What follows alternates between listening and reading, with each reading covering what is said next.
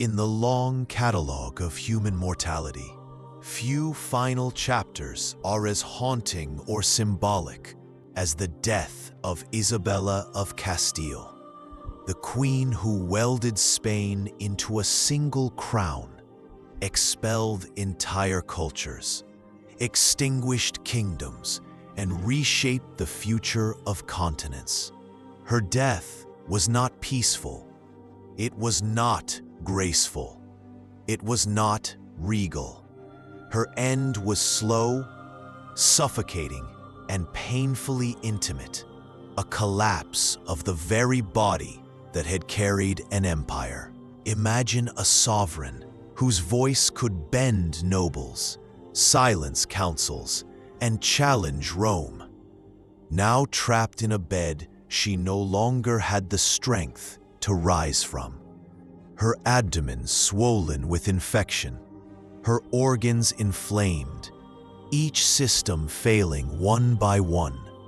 Her mind still awake, inside a body turning against itself. Before we descend into her final days, let us begin with the woman she was. Isabella of Castile ruled from 1474 to 1504, stamping her name into the foundations of early modern Europe. She conquered Granada, bankrolled Columbus's voyages, restructured the treasury, reshaped the army, and forced religious conformity with an iron conviction that terrified an entire era. She unified two crowns, Castile and Aragon, setting the stage for a global empire. And yet, this same woman drove out Jews and Muslims, demanded conversion, and unleashed the Inquisition. She embodied both mercy and severity, devotion and cruelty, woven together like threads in the same tapestry. Chroniclers who adored her admitted it freely. Isabella was a storm wearing a crown. Publicly, she projected marble strength, carved by purpose and faith. Privately, she was human, strained by pregnancies, miscarriages, relentless governance, and the emotional wounds of losing children. 8 pregnancies reshaped her from within. Religious austerity weakened her organs. Years of travel, battle camps, fasting, and long councils took their toll. Her ladies noticed the signs long before the court would whisper. Her color faded.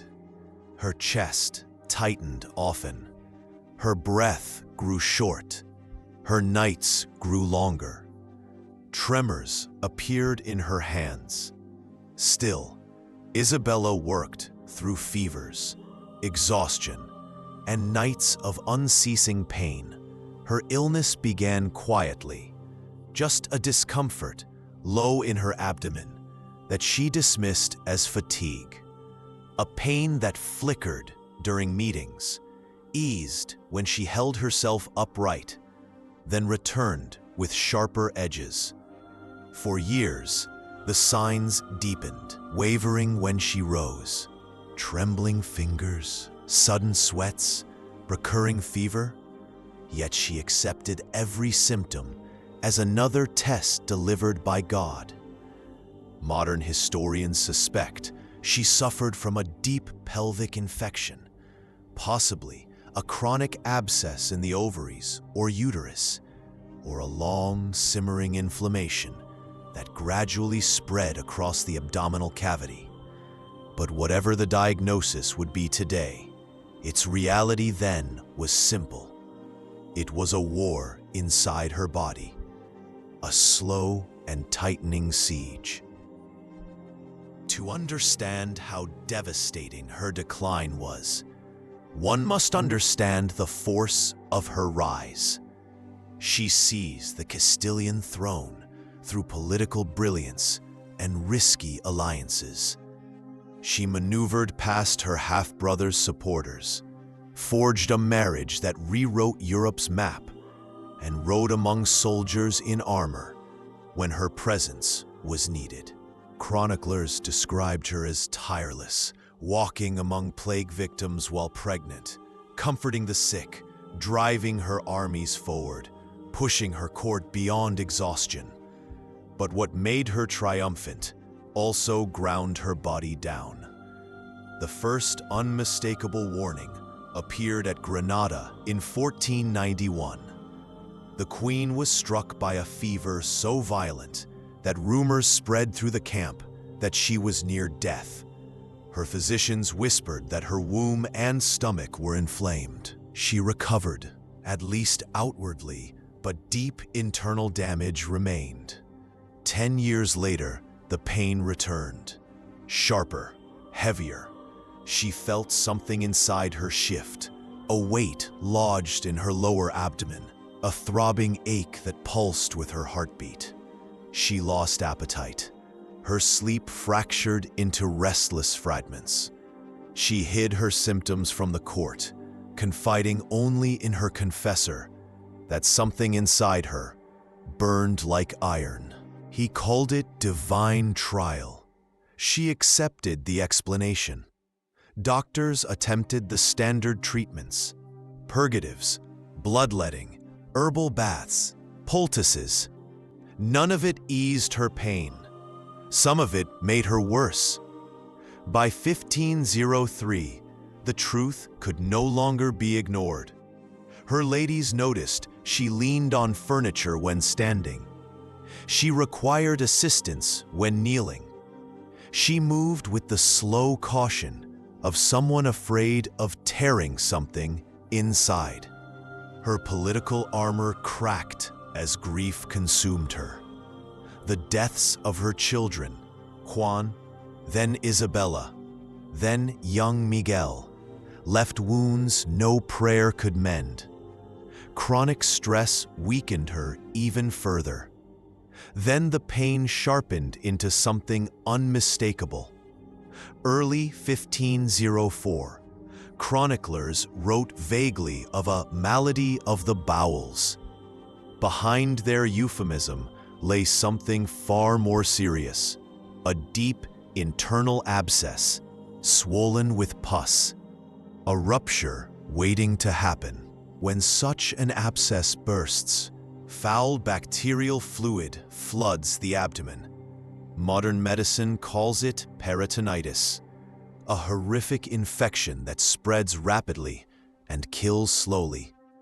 One night, Isabella screamed, once loudly enough for guards to rush inside. She claimed it was a cramp, but afterward she could scarcely breathe. Her fever soared. Her abdomen hardened like stone. Inside her, she felt something tear, something spill, something burn. The queen, who endured childbirth without crying, now winced at every movement. She could not lie flat. She could not sit upright. Each breath tugged against inflamed organs. The infection had seized her entire abdomen.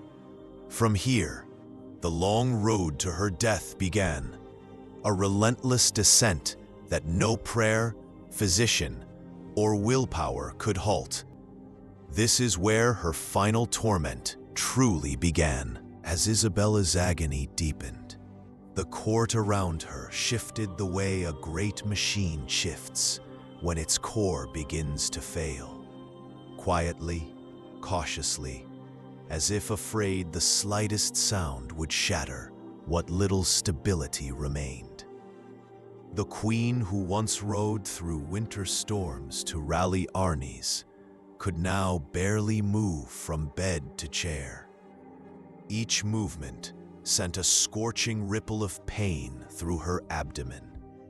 Pain she tried to hide until hiding became impossible. Her fever no longer behaved like illness.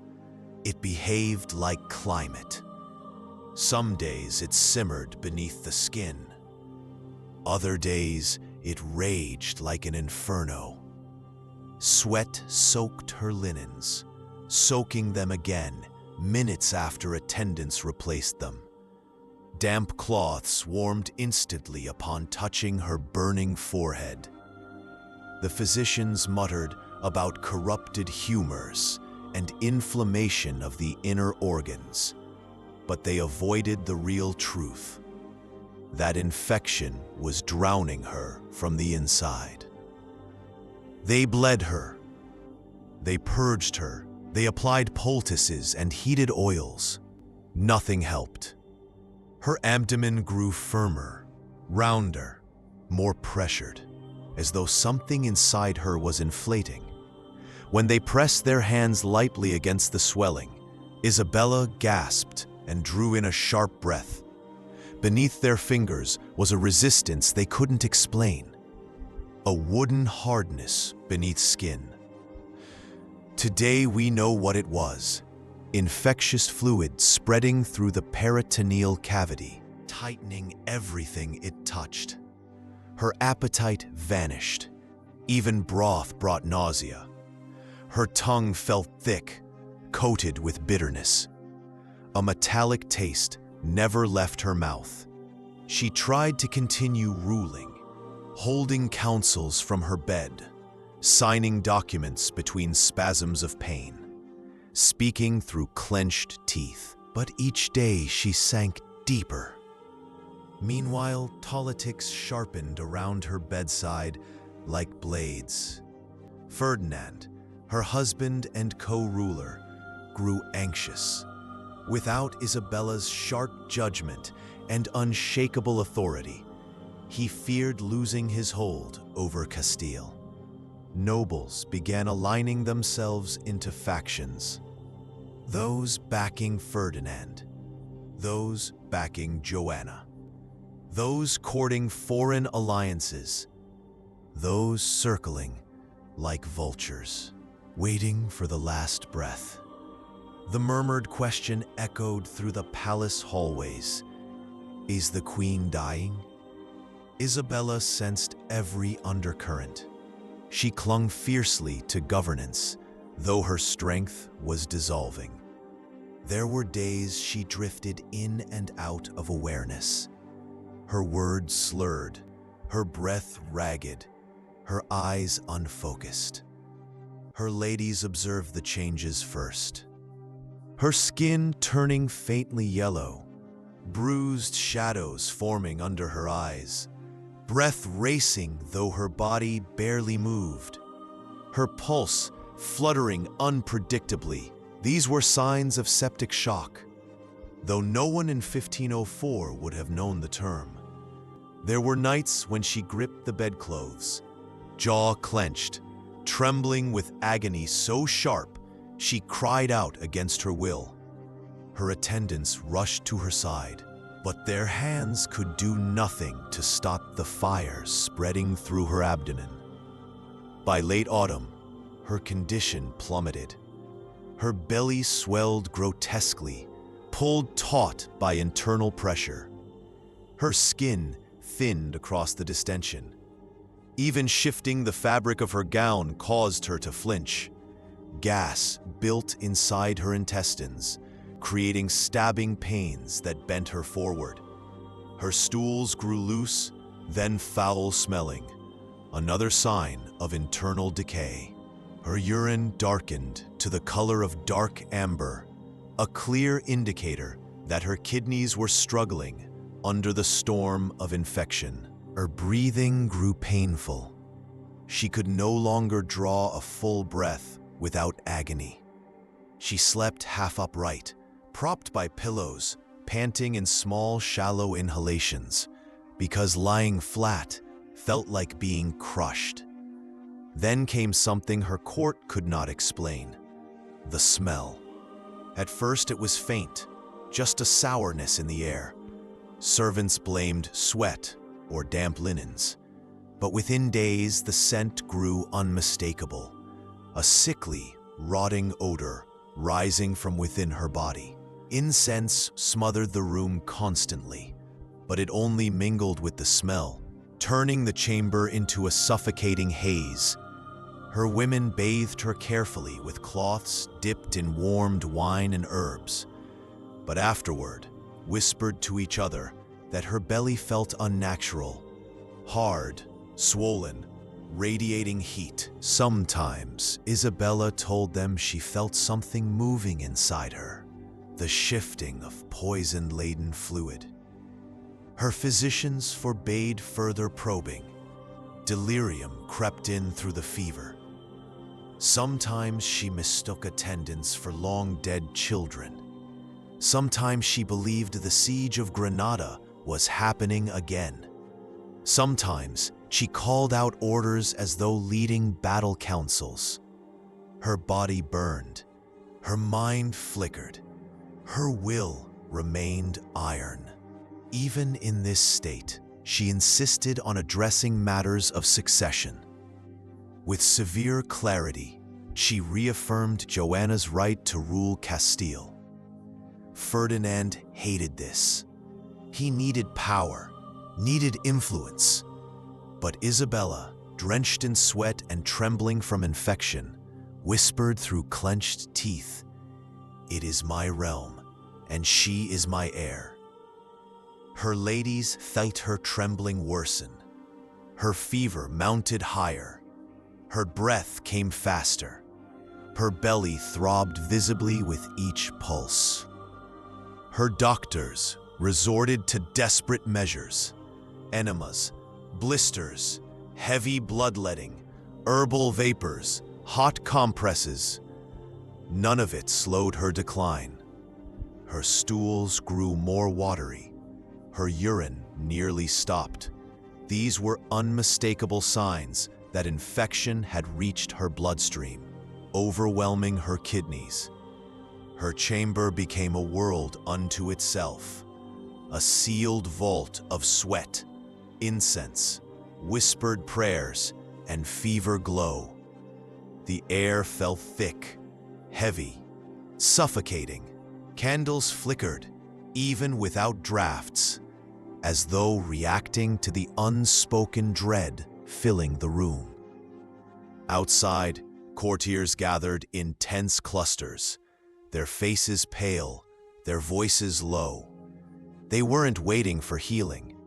They were waiting for a throne to become vacant. Inside, Isabella fought a private war against pain, against fever, against infection, against her own failing flesh. And the infection kept advancing. By early November, it had reached a point beyond anything the royal physicians had imagined. Their abdomen, once merely swollen, now looked painfully distended. Her skin stretched taut as a drum. The pressure inside her belly had become monstrous. Her breath came in short, rapid bursts. Her lips cracked, dry as parchment. Her eyes glazed with pain and fever. The smell of rot was now a constant presence. Sweet, sour, nauseating, unforgettable. Sweat poured from her skin, faster than attendants could dry it. Her consciousness flickered in and out, lucid one moment, delirious the next. Still, between spasms of agony, she issued commands, succession orders, instructions for counsel, political corrections, final adjustments to her will. Her voice shook, her breath caught, but her authority remained. She pleaded with the Virgin Mary for strength. She murmured prayers in broken fragments. Sometimes she clutched her crucifix until her fingers whitened. Sometimes she screamed, unexpectedly, violently, as lightning bolts of pain shot through her abdomen. Her attendants wept quietly, but continued their work. Her confessor urged her to offer her suffering to God. Her body was dying. Her mind refused to surrender. Then, one dawn before sunrise, she tried to sit up. She insisted she needed to kneel for prayer. Her ladies lifted her gently. and agony ripped through her so sudden, so sharp, that she cried out and clutched her swollen abdomen. Her face contorted, her breath halted, her body shook. They lowered her back onto the pillows, but something had broken. Her breathing became ragged, her pulse weak, her eyes dim. Inside her abdomen, a catastrophic rupture had occurred, and from that moment onward, death began closing in. Her confessor prepared the final sacraments. Ferdinand entered the chamber, shaken, pale. She spoke briefly, reaffirmed Joanna's succession, begged him to protect their daughter, whispered final wishes for Spain. He took her hand. She weakly squeezed his. Whatever political tension lingered evaporated in the shadow of death. On November 26, 1504, shortly after noon, Isabella of Castile exhaled one last trembling breath.